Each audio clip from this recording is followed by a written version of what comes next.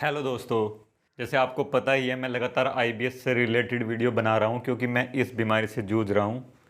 इस बीमारी को ठीक कर रहा हूँ, काफ़ी हद तक ठीक भी कर लिया है। तभी कैमरे के सामने आकर कुछ बोल पा रहा हूँ, लेकिन अभी भी समस्याएं तो हैं जिनको मैं रिजोल्व कर रहा हूँ। और इन समस्याओं की वजह से मुझे ऐसी ऐसी बातें पता चल रही है। कभी कभी तो मुझे समझ नहीं आता कि ये सच में ऐसा ही हो रहा है या मेरा भ्रम है, और कैसे मैं ये किसी को समझा पाऊँगा कि ऐसा हो रहा है।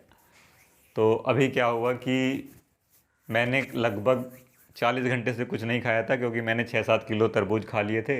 और एनर्जी मेरे शरीर में काफ़ी अच्छे से महसूस हो रही थी, काफ़ी अच्छे से फ्लो कर रही थी, क्योंकि मेरा स्टमक छोटा होता चला गया था। तो जैसे स्टमक छोटा होता है, मैंने बताया हुआ है, इंटेस्टाइन से जो हमारा वो होता है ना, जो प्रेशर होता है पेट का, वो हट जाता है।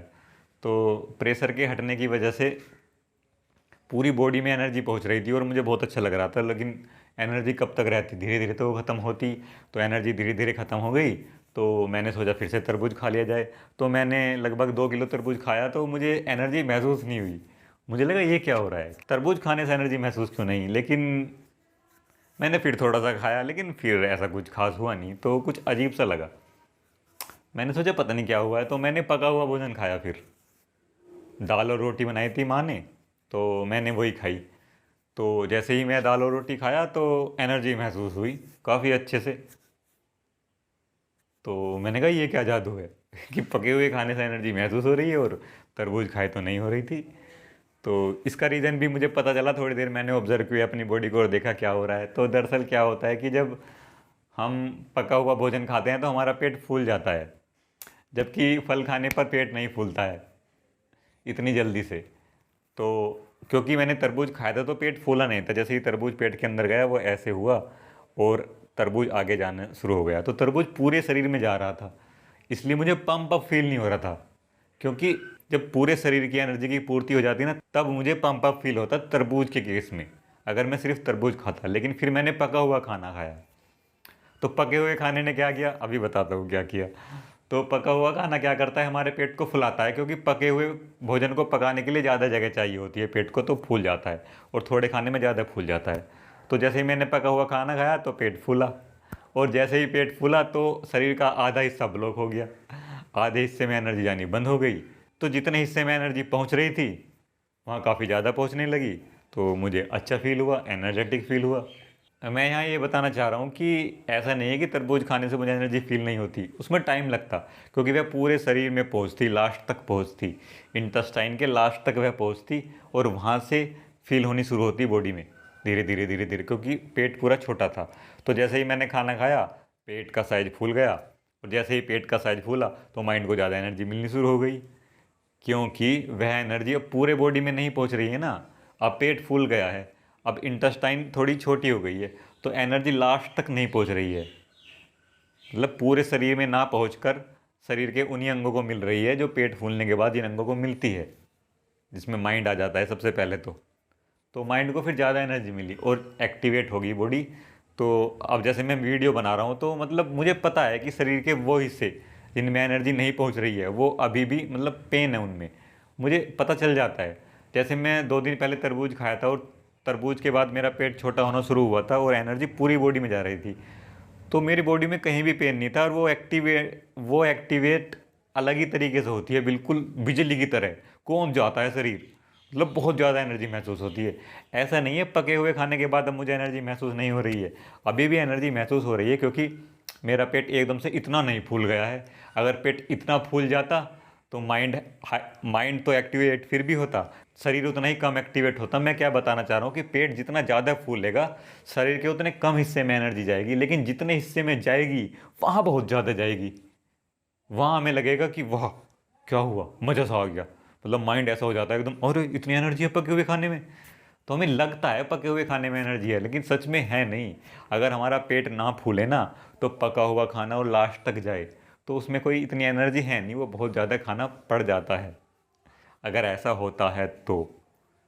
लेकिन फ्रूट्स का क्या है, फ्रूट्स पेट नहीं फुलाता है, वह लास्ट तक ही जाता है। हाँ मतलब फ्रूट्स भी पेट फुलाता है, वो तब फुलाता है जब इंटेस्टाइन में एनर्जी पहुंच जाती है, इंटेस्टाइन एनर्जी से फिल हो जाती है पूरी, और फिर भी एनर्जी बची रह जाती है। तब पेट फूलता है। जब एनर्जी आगे जा ही नहीं रही अब तो फूलेगा ही ना। लेकिन पके हुए खाने पे ऐसा नहीं है, पके हुए खाने पे पेट फूलता ही है। उसको डाइजेशन होने के लिए ज़्यादा जगह चाहिए ही होती है। यही तो कारण है कि हम पका हुआ खाना इतना पसंद करते हैं। भले ही हमारे शरीर में कुछ समस्याएं आए, हमारी आंखें कमज़ोर हो जाए, हमारी कमर में दर्द हो जाए, हमारे जॉइंट्स दुख जाए, लेकिन हम पका हुआ खाना नहीं छोड़ते, क्योंकि पका हुआ खाना हमारे माइंड को एनर्जी देता है बहुत ज़्यादा। क्योंकि वो पेट फुला देता है और पूरे शरीर में एनर्जी नहीं पहुंचती है, तो माइंड में पहुंचती है सबसे ज़्यादा। तो माइंड हमेशा ऑन रहता है, इसलिए तो हमें पका हुआ खाना इतना पसंद है। हमें अपने शरीर से कोई मतलब नहीं रह गया है, हमें सिर्फ दिमाग ऑन रखना है, दिमाग को हाइपर एक्टिवेट रखना। हमारी फिजिकल बॉडी कैसी हो रही है इसे घंटा फर्क नहीं पड़ रहा, क्योंकि फिजिकल बॉडी को एनर्जी पहुंचाने के लिए मेहनत तो लगती है ना।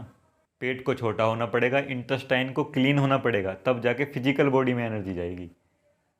और माइंड का क्या है, माइंड में तो जाएगी ही जाएगी, कैसे ही खा लो, कुछ भी खा लो। फ्रूट्स पर माइंड को तब एनर्जी जाएगी जब इंटेस्टाइन पूरी फील हो जाएगी, जैसे कि मैंने बताया। वो इंटेस्टाइन के लास्ट तक पहुंचता है, क्योंकि पेट मोटा नहीं होता है। पके हुए खाने पे पेट तुरंत मोटा हो जाता है, तभी तो जितना ज़्यादा खाओ उतना मज़ा आता है। और बहुत ही ज़्यादा खाने पे तो नींद आ जाती है, क्योंकि बहुत ही ज़्यादा खाने पे ऐसा होता है कि हमारा पेट इतना ज़्यादा फूल जाता है कि अंदर ऑक्सीजन जाना ही बंद हो जाती है, तो फिर तो हमें नींद आ जाती है। तो कुछ ऐसा होता है पके हुए खाने पर। ये बातें थोड़ी अजीब तो लगी होगी, मुझे भी लगती है कि सब कुछ इतना अलग कैसे, इतना डिफरेंट कैसे। और इस टॉपिक में मैं एक बात और जोड़ना चाहूँगा। आपने देखा होगा जो जितनी हार्ड डाइजेस्ट चीज़ होती है हम उसको खाना उतना ज़्यादा पसंद करते हैं। जैसे बादाम हुआ, काजू हुआ, मिठाइयाँ हुई, क्यों पसंद करते हैं हम?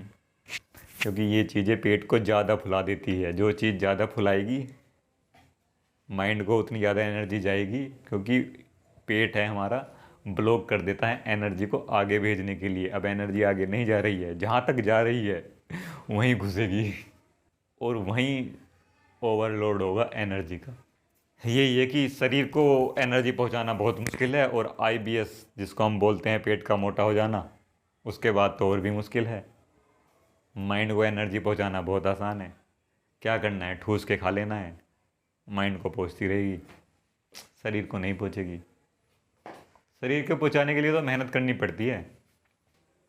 तो अगर आपको भी मेरे साथ अपना शरीर ठीक करना है, अपने आप को ठीक करना है, अपनी बीमारियों को ठीक करना है, तो लगे रहिए, बने रहिए। मैं लाता रहूँगा नई नई वीडियो, नए नए टॉपिक आपके लिए, नई नई बातें, बिल्कुल जो ना आपने कहीं पढ़ी होगी ना सुनी होगी। क्योंकि मैं ही कहीं से पढ़ के नहीं बोल रहा, मैं ही कहीं से सुन के नहीं बोल रहा, तो आप कैसे सुन लोगे? मतलब बिल्कुल नया है, सब कुछ नया, बिल्कुल according to the human body.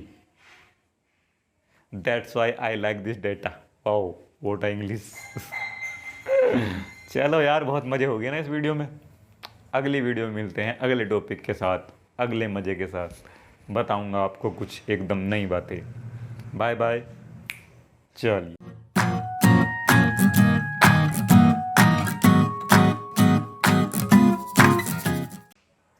ये आ गए हमारी वीडियो डिस्टर्ब करने।